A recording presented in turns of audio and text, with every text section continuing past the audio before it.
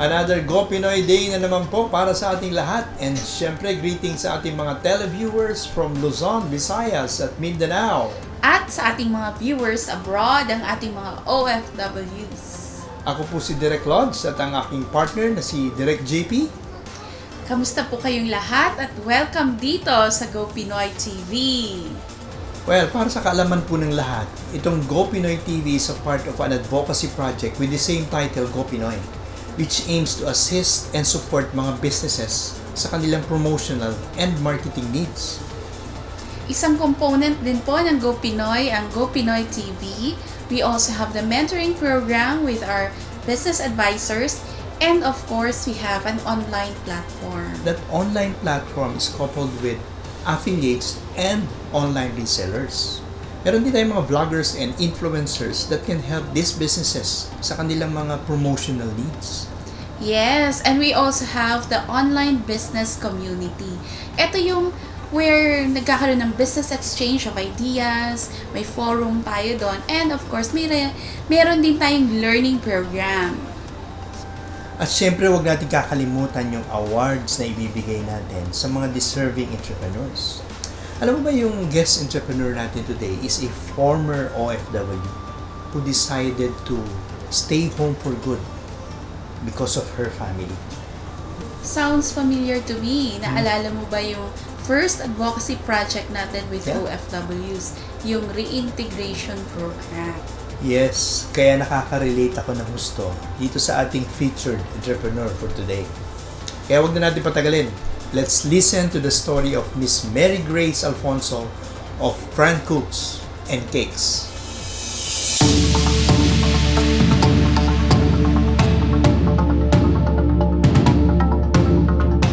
I was a former OFW and I worked overseas for almost 7 years. But then I realized that being away from my kids was the most difficult decision I have ever made. So I decided to go back home for good. Then I had a chance to study culinary arts and also had an OJT to a fine dining restaurant, but I didn't get a job after that. So what I did is I decided to open up a small business. I actually started with just what I have in my kitchen. I decided to make frozen goods so that I can sell them online. I just started selling frozen lumpia or longganisa, and from a couple of 2 customers, it grows. But of course, it didn't just happen overnight. Kasi alam naman natin sa food industry, ang dami talagang competitors. So yun, lumaban lang ako at hindi po ako sumuko. Alright, Miss Mary Grace. Can you share with us ano po yung mga feedback ng ating mga customers at bakit nila ginugusto ang inyong produkto? Well, with all the trending dishes out there, it is really so hard to stand out, especially nowadays that everybody can make their product more appetizing by taking good photos. But I think the unique selling proposition of FranCooks and Cakes is that we offer a wide range of menu from appetizers to dessert, and we can actually customize the food according to our customers' preference. O diba? From appetizer to dessert, coffee na lang, kompleto na. Sagot ko na yung coffee. Basta may main dish and dessert. Alright, moving on. Here's my next question, Miss Mary Grace. Lahat naman tayo nakaka-encounter ng mga challenges. Ano po ang na-encounter ninyo sa inyong business? Challenges and struggles, sobrang dami. We all know naman na this pandemic really brought out the best in us. Ang daming naging cook, ang daming naging bakers, actually lahat naging business-minded. So, the challenge is how can we stand out? How can we attract more customers? Kasi lahat competitive, lahat kailangang kumita. So, I think Go Pinoy for reaching out to us because I know that you guys can help us by promoting us through your online platform and through vloggers and influencers as well. Well, swak na swak po sa needs ninyo yung mga promotional activities na gagawin natin dito sa Go Pinoy. And yes, that's why meron po tayong Go Pinoy Advocacy para matulungan natin ang bawat business. At dahil alam natin ang pangangailangan ng mga startup entrepreneurs, nagkaroon tayo ng ganitong programa ang Go Pinoy to help businesses market and promote their products. Yeah. Babalikan po natin si Miss Mary Grace after this break. Kaya stay tuned. We'll be right back.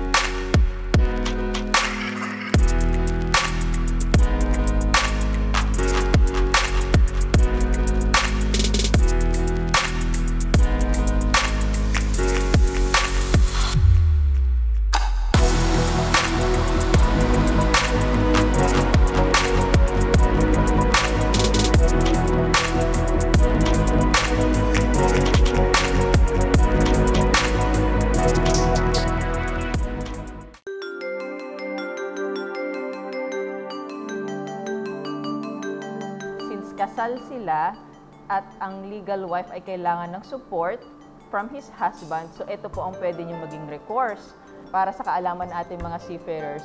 You can be criminally liable for not supporting your legal wife.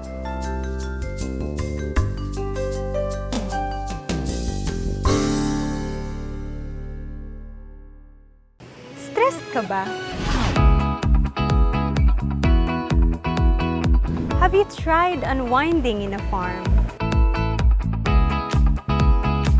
Eh yung pagtatanim ng halaman at gulay to relax. And how about yung pamimitas ng fruits to calm your mind? Sounds interesting? Why not try healthy and delicious food served from farm to table?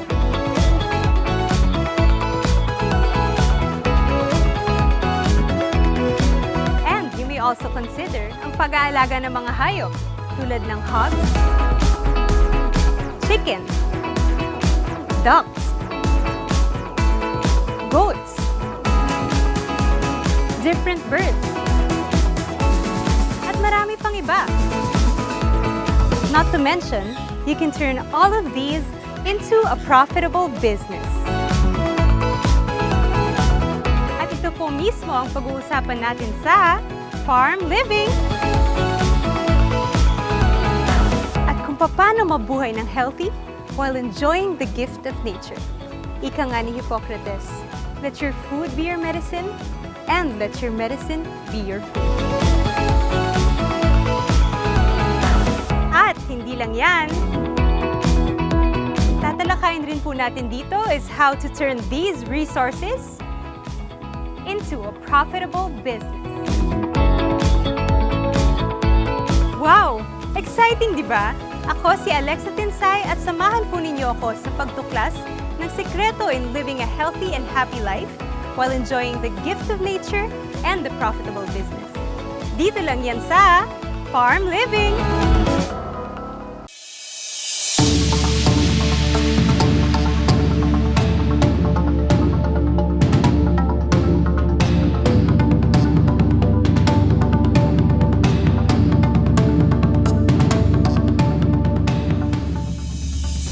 Okay, we're still here with Miss Mary Grace of FranCooks and Cakes. And ito po yung next question namin. What advice can you give sa inyong mga kapwa entrepreneurs, lalo na do sa mga nagsisimula pa lang po? For my fellow entrepreneurs, don't be afraid to take the risk in opening a small business. But be ready for failures, disappointments, and challenges. Because from there, you will grow. And also accept negative and positive feedbacks and suggestions from your customers so that you can enhance your product according to their preference. And ilagay po natin yung negosyo, yung puso natin sa ating negosyo dahil ang goal po natin is hindi lang basta makabenta, kundi to give satisfaction and best service to our customers. Alright, thank you so much, Miss Mary Grace, for sharing with us your story. And of course, your experiences. Ganun din sa mga advice sa ating mga kapwa entrepreneurs. Yeah, marami pong salamat, Miss Mary Grace. Kasi alam naman natin, as a former OFW, marami na kayong na-contribute sa paglago ng economy ng Pilipinas. And now that entrepreneur na kayo, sana makatulong din ng Go Pinoy sa paglago ng inyong negosyo. And now, we have an update. Yeah, from our correspondent sa Norway. Wow, Norway. Yeah, OFW din pala yung correspondent natin ngayon. Yes. Reds, come in. Salamat, Direk. Nandito po ako ngayon sa Norway at pupunta po ako ngayon sa Oslo, ang capital ng Norway, kung saan mas dumarami po ang kaso ng COVID. So, kamustahin po natin yung ibang kababayan natin. Kamusta ka naman during corona, yung COVID, yung lockdown? Ako, dito sa Norway, okay naman siya. Hindi siya ganun kahirap. Yung situation ko dito, especially na yung host ko is doctor. Tapos, lagi nila akong kinakamusta, pinaguide sa lahat. With my sakit ako or whatever, nandyan sila lahat ng nag-check. Hindi ka naman hirap sa trabaho ngayon na... Hindi naman siya. Hindi siya, especially during pandemic, walang work masyado. Okay. So, nasa bahay ka lang. So, hindi mo kailangang ma-stress. So, hindi ka apektado na sa mga nawalan ng trabaho? May mga friends ako or mga kababayan natin na nababalitaan na nawawalan sila ng host. Lalo na yung host nila is natatanggal sa mga trabaho nila. So, kailangan nilang mag-terminate ng mga au pair nila. So, ayun. Okay. So, kamusta naman? Anong napagkaabalahan mo during this pandemic? Paano ka nakasurvive? Nakasurvive? So far, ano ba ginawa? TikTok? Tapos, Wala na, nanonood ng movie. Tapos, tumatawag ako everyday sa Philippines, sa mga friends. So, ayun lang, hindi siya ganun kahirap yung situation dito. so paano naman yung situation dito? Tingin mo ba mas light kesa sa Pilipinas? Yes. Yung restriction, gano'n? Yeah, feeling ko mas hindi siya ganun kalala compare sa Philippines kasi yung mga tao dito is very disciplined. Tapos, lahat ata ng tao dito sumusunod sa rules. So, parang, So, di ka naman natakot na may mga racist na galit sa Chinese or hindi ka naman naka-experience ng racist? At first, natakot kasi hindi nga ako pinapalabas ng host ko nung mga first month. Kasi nga, may nababalitaan na may mga Asian daw is parang, parang binubuli ng mga, mostly yung mga ibang lahi, ganun. So, Lahi dito or Yeah. or yung mga dayo din? mga dayo. Mga dayo Hindi din. Norwegians, mga like black people, something. Okay. Mas maayos naman po kalagayan ng ating mga kababayan dito. Muli, ito po si Ashubia, ang correspondent ng Go Pinoy dito sa Norway.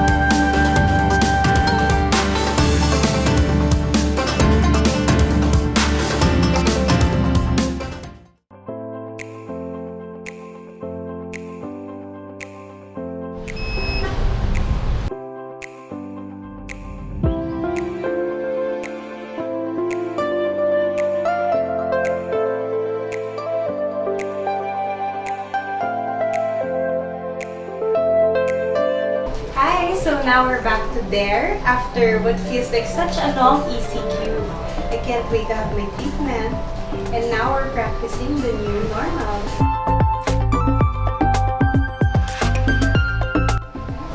Diba?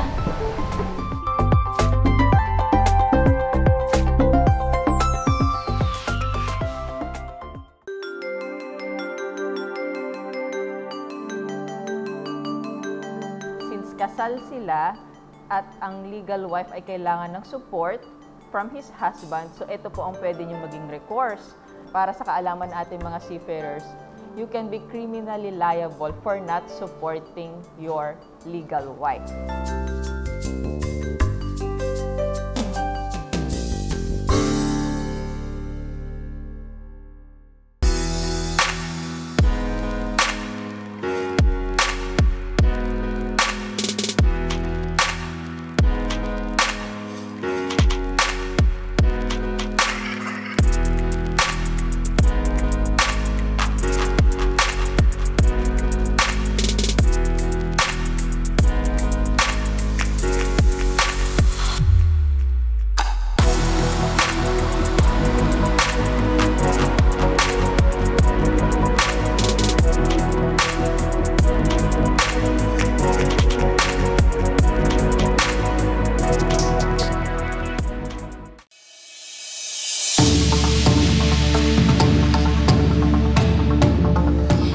Yes, we're back. Welcome mo muli sa Go Pinoy.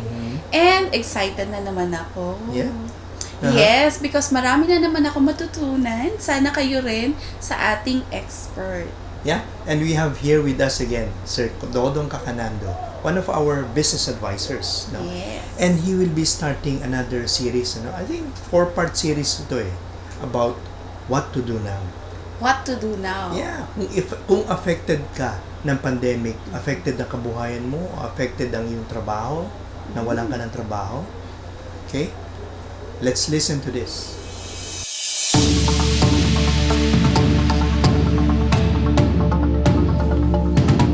Hi, magandang araw sa inyong lahat.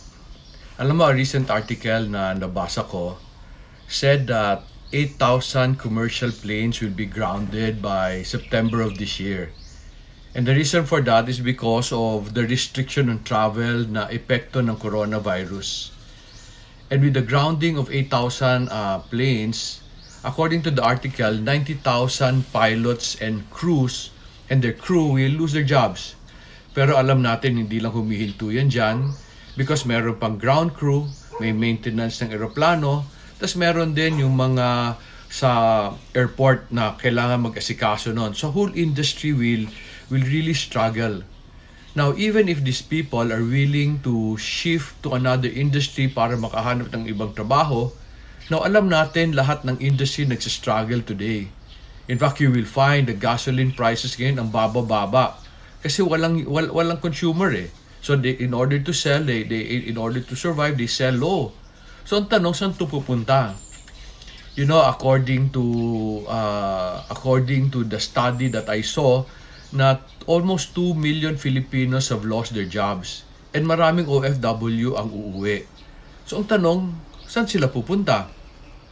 And with this, may dagdag pa na mga bata na graduate. The graduates of 2019 and 2020 will be looking for jobs. Ang tanong, ano ngayon ang opportunity na pupuntahan nila? Doon sa nawalan ng trabaho or maybe nawalan sa nagnegosyo. Ang tanong, gusto ko sanang isagot sa inyo, ano ang mga options na pwede mong tingnan kasi nawala na yung normal na mga options Nawala na yung mga dating tinitingnan natin. The article I mentioned moved me to make a 4-vlog series that talks about how we can respond in times like this. Kasi hindi na coronavirus ang issue natin. Ang issue natin ngayon, kabuhayan natin and the economy of the country as an effect of the coronavirus. So, in the next 4 vlogs, I will share with you my insights, experience ko sa mga panahon na nawawalan ng trabaho. But more than that, I'd like to show you what the Bible says so that it can guide us. I have entitled this series as What Now? And then I'll talk about different things. One, I will discuss in the next video anong options pwede natin i-pursue. Mayroon ba talagang opportunities sa panahon na ganito? And then at the end, I will explain to you how to do business with what you have, kung ano na lang meron ngayon. Alam nyo, I've been noticing that for centuries, people have been trying to congest the cities. Kasi naniniwala tayo na ang mas magandang buhay na sa syudad. And hindi lang yan ngayon nangyayari. Throughout history, since time immemorial, people tend to flock to the city, congest it. However, in so doing, they also abandon the provinces. They abandon the land, or sometimes they even reject businesses that their parents build kasi feeling nila mas maganda ang buhay sa city. While totoo, the city can maybe pay you more, pero hindi siya ang pinakamagandang option talaga from what I discovered. I'll explain that to you later. Alam mo, when my son graduated last year sa Iloilo, he studied electrical engineering sa Central Philippine University. You know, when he graduated, there were around 1,600 graduates for that school alone and for that SEM. And I asked myself, wow, saan ito maghahanap lahat ng trabaho? And you have to understand, isang eskwelahan lang yan. So I was thinking that summer, there were tens and thousands of people who graduated from the country. So, ang sabi ko dun sa kaibigan ko na negosyante, sabi ko, wow, ang laki ng pool of workers ninyo. Pero to my surprise, sabi nila, hirap na hirap sila maghanap ng trabahador and people do not apply to them. So I asked, where are these people going?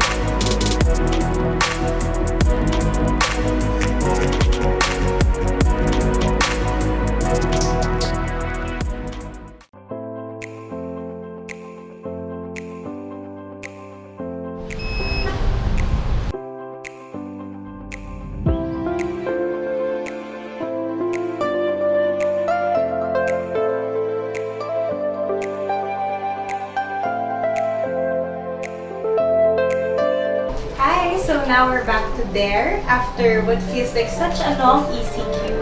I can't wait to have my treatment. And now we're practicing the new normal.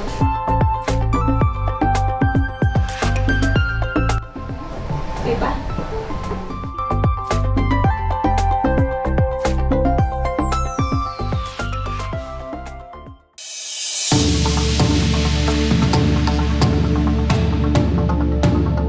And people do not apply to them. So I asked, where are these people going?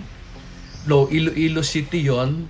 They were telling me they're going to the bigger cities because andoon ang feeling nila na mas magandang opportunity. You know, most people, most graduates do not like to stay in the province kasi feeling nila na ang income nila sa probinsya hindi ganon kaganda. While while absolute value, absolute income may not be good, you see, if you look at the relative income, mas maganda sa probinsya. Now, why do I say that? Alam mo, I always tell my friends, pag titira ako sa Manila today, mahirap ako because my income in Bukidnon does not allow me to live a comfortable life in Manila. But in Bukidnon, maginhawa ako. I can live a very good life in Bukidnon. And because my income is more than enough, it is in fact enough so that I can even go to Manila once in a while and enjoy myself. Many years ago, meron akong tao noon, he left kasi sabi niya, sir, ang liit ng sweldo sa farm. And I remember ang minimum wage sa Manila noon, 250. Ang sweldo niya sa akin noon, 120. Pero yung 120 na yon, nakatira siya sa akin sa farm. Ako nagbahala sa pagkain nila, so wala silang gastos. So sabi niya, it's just too small. It's not reasonable. So he left. Punta siya sa Manila for a salary of 250. Alam mo ba, bumalik siya 6 months after. Sabi niya sa akin, sir, doon, magre-rent pa ako, mamamasahe pa ako, mahal pa ng pagkain, walang naiwan sa kanya. And sabi niya sa akin, at least sa farm mo, yung aking 120, akin lahat yon. Okay? And so I've been telling my people, no, you know, you go to the city, maybe the city can give you a lot of nice things. But income-wise, it's not the best because naniniwala ako, hindi importante ang gross income, ang importante ang naiiwan sa iyo. In fact, to me in my life, mas importante sa akin ang net worth ko, hindi ang gross income ko. Because pwedeng malaki ang kita mo, pag wala namang naiwan, anong silbi nun? Or pwede rin maliit ang kita ko, pero mas malaki ang naiwan, mas maganda yun. Pero most of the time, naniniwala ang mga tao na mas maganda talagang opportunity sa city. And they want to make the decision for themselves kung ano ang dapat nilang i-pursue. You know, most people, we always want to be in control. And naniniwala ako na ang coronavirus, when it came, God was telling us, you're not in control. I am in control. And I can take your opportunities or your jobs in just a snap. And yun talagang nangyari sa atin. And with the coming of the coronavirus, alam mo, the economy of the great cities has been shattered. Nasira siya. So now, what do we do? Since wala nang opportunity sa city, what do we do? Meron sana akong gustong maintindihan ninyo na konsepto about opportunities. Alam mo, all of us would like to go into the city, naniniwala tayo na mas magandang opportunity doon. Pero alam ba nyo, if we flock into the city and abandon the country and even abandon the mountains, the cities will soon suffer. Bakit? You know, today as I go around the country, napansin ko na kalbo na mga bundok. Kasi pinabayaan niya ng mga may-ari, yung ari ng lupa. Ginawa nila bago sila pumunta sa city, inubos nila ang resources or yung pwede offer ng lupa nila, tapos inabandon nila. So ano epekto yan sa city? Today, because wala nang puno sa bundok, when the rain comes, the water cannot go into the ground because walang vegetation. So tatakbo yan papunta sa city. And that's the reason for the floodings. The flooding in the city is caused by the mountains. You know, as a farmer, I've discovered na pag punong-punoan ng puno ang bundok, yun yung tubig papasok sa lupa. Okay, hindi magfa-flood sa baba, and then it will even improve the water table in the cities. Today, if you're in the city and you're digging wells, mapapansin nyo palalim ng palalim. Kasi wala nang tubig na pupasok sa bundok so that's an effect. Also, when people start to abandon their land, their farmlands, sino magpapakain ng tao sa city? And that's the reason why I guess ang mamahal ng pagkain sa city kasi maraming nag-abandon ng lupa nila. And maraming naniniwala, walang pera sa farming. And kami lang, as a family, we've proven, meron naman. Pero if you have proper expectations and if you approach it properly, Did you lose your jobs? Did your business close? Maybe God took your job because He wants you to reconsider your purpose. One of the reference I use in the Bible to explain how God designed our life is the parable of the talent. In the parable of the talent, sinabi doon that God will entrust all of us with His possessions and He will give us talents. The talent doon is not singing or dancing talent. The talent is actually money. One talent is worth 15 years of a laborer's salary. So the Bible is telling us that bibigyan tayo ng God ng possession at nakaan ng mga pera na para alagaan. And He gives this according to abilities, to our ability. But I need you to take careful note of something. It's a possession. Meaning yung possession na yan is found in a certain location of His choosing, not of our choosing. Many of us were born with properties and resources from our forefathers. Pero most Filipinos will look at their resources and say, ayoko nito, parang hindi maganda. And so they decide to abandon that for something they think better. Today, nawala na yung better. So what do? I really believe God is taking away what we have so that we can consider His purpose. You know, in 2014, I wrote a book entitled Breaking Through. And in that book, I explained how God took us from a position of need to a position of relative abundance. And then sinabi ko dun sa libro na yon, this cannot be my story because it is impossible for me to be able to go from a position of need to a position of abundance. And I said, this is God's story that He wrote in my life so that He can tell everyone in the world, kung kaya kong gawin kay Dodong yan, kaya kong gawin sa inyo yan. And so I would like to share with you some of the principles na dinaanan namin because when God brought us to Bukidnon and wala kaming resources masyado, di ba? Some of you know that we started in a container van, yung buhay namin. But God allowed us to prosper in the land of famine because yung lupa na sinimulan namin, walang laman, puro kugon. So I hope in the next few vlogs, I can explain to you what God wants to do for you, even as He takes away your job or your business today. I really believe this is not a curse. This is a blessing. What we're going through is a blessing that we need to understand, pero kailangan natin i-manage properly. You know, in the next vlog, I will explain to you bakit nangyayari ang mga bagay na to. Bakit minsan God takes away a blessing in order to replace it with something better. So I hope you follow the vlog. If you like what you're hearing, go tell your friends para matulungan din natin sila. I hope you subscribe to the channel and continue to listen to the sharing that I will share because I really believe pinadaan kami ni God nito so that I can help people like you. See you next time. Direct, napakagandang topic. Yeah. Very timely and dapat rin talaga nating tanong sa ating sarili, ano yung natutunan natin sa bawat ginagawa natin, experiences natin.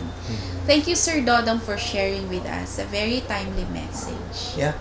Sir Dodong Cacannando will be sharing more about this. Actually, first part pa lang ito. Sabi ko nga 4 parts yan, yung series na ito, What to Do Now. No? And for those entrepreneurs na meron pong interesting stories, experiences, tips, and advice that could help other entrepreneurs, please do contact us sa ating mga social media pages or numbers flashed on your screen. Alright, that's all for now. Sana marami tayong napulot na aral sa ating programa. See you next time. Patuloy lang po tayong manalangin at magtiwala. Ako po si Direk Lodge. Ako naman si Direk JP na nagsasabing, Go Pinoy! Kaya mo yan!